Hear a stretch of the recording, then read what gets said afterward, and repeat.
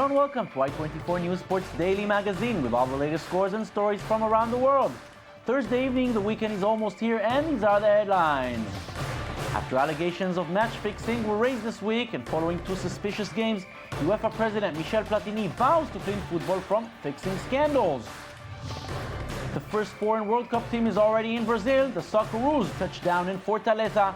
Australia will now have 2 weeks of preparations in the host country ahead of their first match.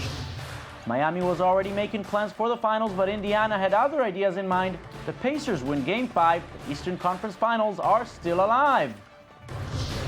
And we look back at the top 5 moments of this past week. Among them, Real Madrid was celebrating, and surprises at Roland Garros were constantly happening.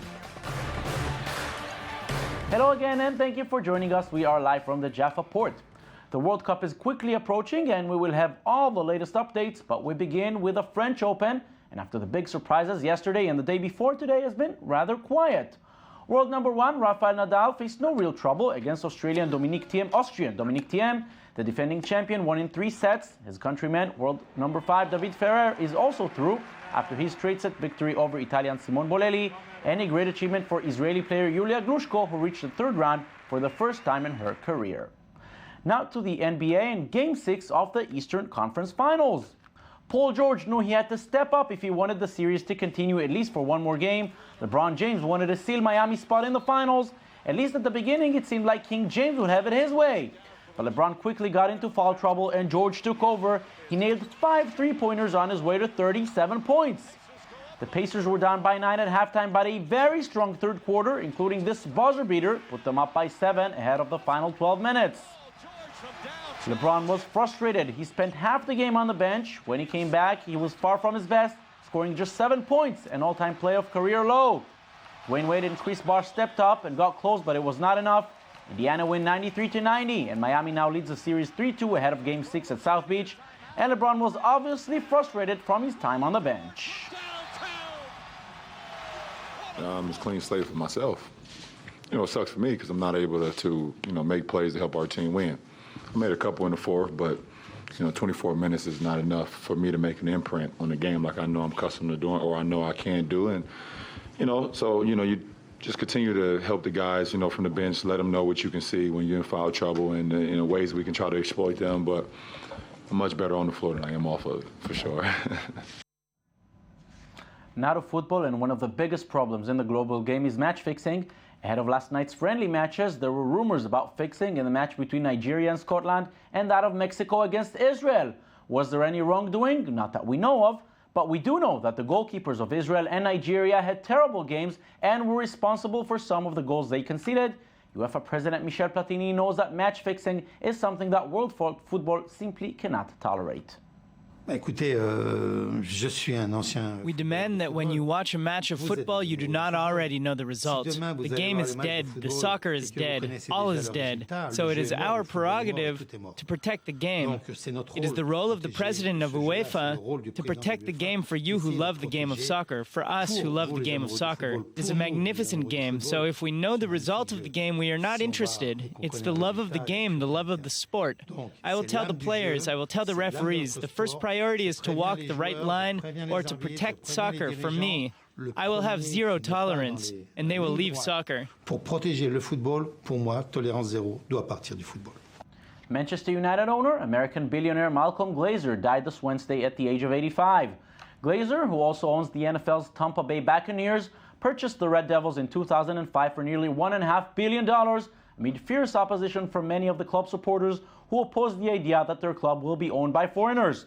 Despite that, United had a good run during his 9 years with the club, winning the Premier League 5 times and the Champions League once. His death should not have any clear implications on the club, as it is run by his 2 sons. Now to the World Cup, and after a noisy welcome and some stormy weather, the Brazilian squad finally had the chance to practice. The team that will face Croatia for the opener on June the 12th in Sao Paulo carried out various drills focused on passing and headers. The squad's preparations have been meticulously planned by the coaching staff in order for the players to be in perfect condition for the first match and reach targeted levels of output throughout the entire tournament. Apart from Brazil, there's another team who's already in the host country. Australia became the first visiting team to arrive. The Socceroos touched down in Curitiba 2 weeks ahead of kickoff. Their base will be at Vitoria, 300 kilometers northeast of Rio de Janeiro, and they will face Croatia in their final warm-up on June the 7th. Australia has been drawn to the group of death along with world champion Spain and the runners-up the Netherlands, but despite that, the Socceroos believe they have the ability to cause the surprise and advance to the second stage. The fourth team in this group is Chile, who will show a lot of attacking style at the World Cup. After all, they have some big stars in the squad, such as Barcelona's Alexis Sanchez and Arturo Vidal, who had a key role in the third successive Scudetto won by Juventus. Chile qualified to the second round 4 years ago in South Africa. They will have a very hard time repeating this achievement again now. If they plan on doing it, then a good result in their first match against the Socceroos on June 13th would be crucial. Another South American team who is in the final stages of preparations is Colombia. The big question for the Colombian squad is, of course, that of Radamel Falcao. The Monaco striker, who went through surgery last January after he tore his ACL and is already training with the team, but it's unclear yet if he will be physically fit on time. Let's remember, he has not played a competitive match for over 4 months, but manager Jose Pekerman would love to see him in Brazil, and he is willing to do every possible effort. Falcao, we're going to wait until the last day, the last minute, the last second that FIFA gives us to submit the 23 names. And we want to give him time because he has never given up on the idea of going. We're going to wait until the last minute to decide. And of course, we are considering everything necessary to make the decision. The different teams are making their preparations, but the local communities are still expressing their discontent of the giant World Cup spending. Graffiti artists in Sao Paulo are using their art to take show of their anger at the establishment they believe has engaged in big overspending ahead of the tournament. They are now putting their final touches on a mural in the Sao Paulo favela known as Vila Flavia. The mural shows the extravaganza of the World Cup, while tens of millions in the country are dealing with ailing health and welfare systems. Some even are deprived of basic needs such as running water and electricity. One thing the Brazilian population is angry about is the giant spending on the Mani Garrincha Stadium in Brasilia. The newly built venue in the capital costs more than 600 million euros, as it is the most advanced ecological stadium in the world. Will it improve the life of the giant masses in the football-mad country? Probably not, but the dignitaries are very proud to showcase this new stadium, one that could set an example for the entire world. Even the president of Brazil came to witness the inauguration of Brasilia's Mani Garrincha Stadium, reborn from its ashes and now at the forefront of ecology. It's the work of a team of architects and experts in environmental design who studied the city's climate and the stadium's surroundings in great detail.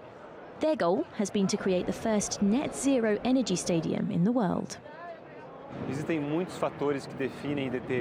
There are many different factors playing into the creation of a green stadium. One of the most important ones is for the stadium to have a central location, easy to get to for the supporters before and after the match. The Brasilia Stadium is different from the others in Brazil because it's at the city's centre. The goal is to facilitate access to the stadium by foot and bike in order to reduce the emission of greenhouse gases. An area built to accommodate 3,500 bikes has been built in order to encourage people to leave their cars behind. Brasilia wants to go even further by making everything recyclable. We want to create a unique way to deal with garbage, fully organic. Therefore, all the plates, the cups, the cutlery, the napkins will be biodegradable. The supporters will no longer have to sort their waste. They'll put everything in one bin and it will all be treated, composted and reused. A large roof that will reduce the absorption of the sun's rays is another of the stadium's special features. As a result, a lot less air conditioning will be needed. The architects have also ensured the stadium will be naturally ventilated, thanks to these columns which fit in perfectly with the rest of the city, conceived by the famous architect Oscar Niemeyer. But the solar panels will have to wait until the World Cup is over to be installed on the stadium's roof. The final goal is to have a self-sufficient stadium. The stadium will have various resources that will enable it to generate more energy than it consumes, such as solar panels. It will collect rainwater that will cover 80% of its needs. Once all the work is completed, the stadium hopes to be the world's first to achieve the LEED Platinum certificate, the ultimate accolade in sustainable development. There are, of course, other things that matter. It wouldn't be a giant global event without the accompanying merchandise, which, as always, will create billions in revenues. Jonathan Salem and Michal Divon look at the brands and accessories of the World Cup. 2 weeks before the kickoff of the World Cup, Adidas launched its largest advertising campaign ever conducted, All In or Nothing. A dramatic and symbolic operation since the brand with 3 stripes destroyed a replica of the famous bust used by the French team in 2010 in South Africa. Is that going to be enough to reach football fans? The official World Cup football is also a story of technological developments not always appreciated. Adidas has been supplying the official World Cup ball for over 40 years. The first time was in Mexico in 1970, when the official ball, nicknamed Telestar, sold 600,000 copies. In 2014, Adidas Brazuca ball is produced in Sialkot, Pakistan, a first for this country as the Chinese regular manufacturer was not able to meet the quality standards. Adidas cannot miss the opportunity, as the financial goal is to exceed $2 billion in balls sold in 2014. Adidas branded the Brazuca as the best ball in the history of football. In Twitter, the ball has 136,000 followers. A jersey in which the players feel good, it's essential. Millions of official jerseys will be sold around the world this year, and for this World Cup, 7 different brands were chosen, among them Adidas and Nike, of course, but also Puma, Lotto, and other less popular worldwide brands. This is the case of Uhlsport, the supplier of the Iran team, but they have a problem. The shoes are of poor quality and the jerseys are not suitable for wet conditions, which are common in Brazil. They give us socks size L. 2 days and a wash later, it is size S. Nike and Adidas plan on a €5 billion revenue from World Cup-related merchandise. Therefore, the quality of their products is essential. We have 9 great teams, including the reigning world and European champion, Spain, the champion of Asia, Japan, the champion of Africa, Nigeria, the CONCACAF champion, Mexico. So you see, it's not only the absolute quantity that counts, but the quality. Fuleco, the mascot of the World Cup Brazil, is a 3-banded armadillo, an endangered species known in South America as tatu-bola. It shows the values of respect for the environment and protection of endangered species. The mascot is a strong symbol of the presence of marketing in the organization of a World Cup. The T-shirt and other products with the image of the mascot could generate more than €1.5 billion to its designers by the end of the World Cup. And despite all the billions of euros that this business generates, we must not forget that the sport can seriously injure businesses. This week, 2 staff members of the German team were seriously injured when they enjoyed a driving session with Mercedes' sponsor. For them, there will be no World Cup. And now it's time to choose the top 5 plays and moments from the week that is ending. Number 5 goes to the X-Fighters World Tour held in Osaka this past weekend. It may be an ancient and quiet town in regular days, but the Japanese destination was very noisy for the occasion. New Zealand's Levi Sherwood, who won the first round in Mexico City, won this one as well. We crossed the Pacific to the US for number 4. The Spurs and the Heat thought they would cruise to a rematch of last year's final, but the Pacers and the Thunder had other ideas in mind. Miami and San Antonio may still meet in the final, but they will have to work hard on the way. Indiana and Oklahoma City are not ready to give up just yet. Let's cross the Atlantic now. Number 3 comes from Spain. 50,000 fans gathered at the Santiago Bernabeu in the Spanish capital to celebrate Real Madrid's long-awaited décima, the 10th European title for the club. Captain Iker Casillas and defender Sergio Ramos, who scored the equalizer against Atletico Madrid in the final, received a hero's welcome. Number 2 is the soap opera, also called the Formula One Mercedes team. Since no other team is challenging the German maker, who won all 6 races this season, they find trouble within themselves. A giant rivalry is developing between their 2 leading drivers, Nico Rosberg and Lewis Hamilton. Bad blood, dirty tricks, anything goes on the way to the checkered flag. And number 1 this week goes to the surprises in Roland Garros. World number 1 and women's defending champion Serena Williams is out. World number 2 and Australian Open champion Na Li is out. And so is the men's Australian champion and world number 3, Stanislas Wawrinka. The first week is not even over, but we already have enough surprises for a whole tournament.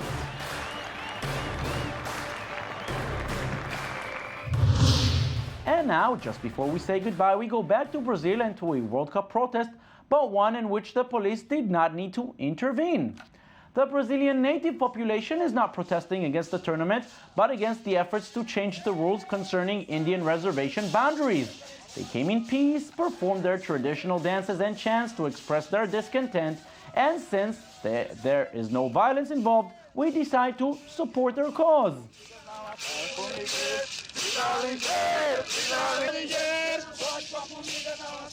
And that's it for us today. Don't forget, you can watch us anytime on our website at i24news.tv, also on Facebook and on Twitter.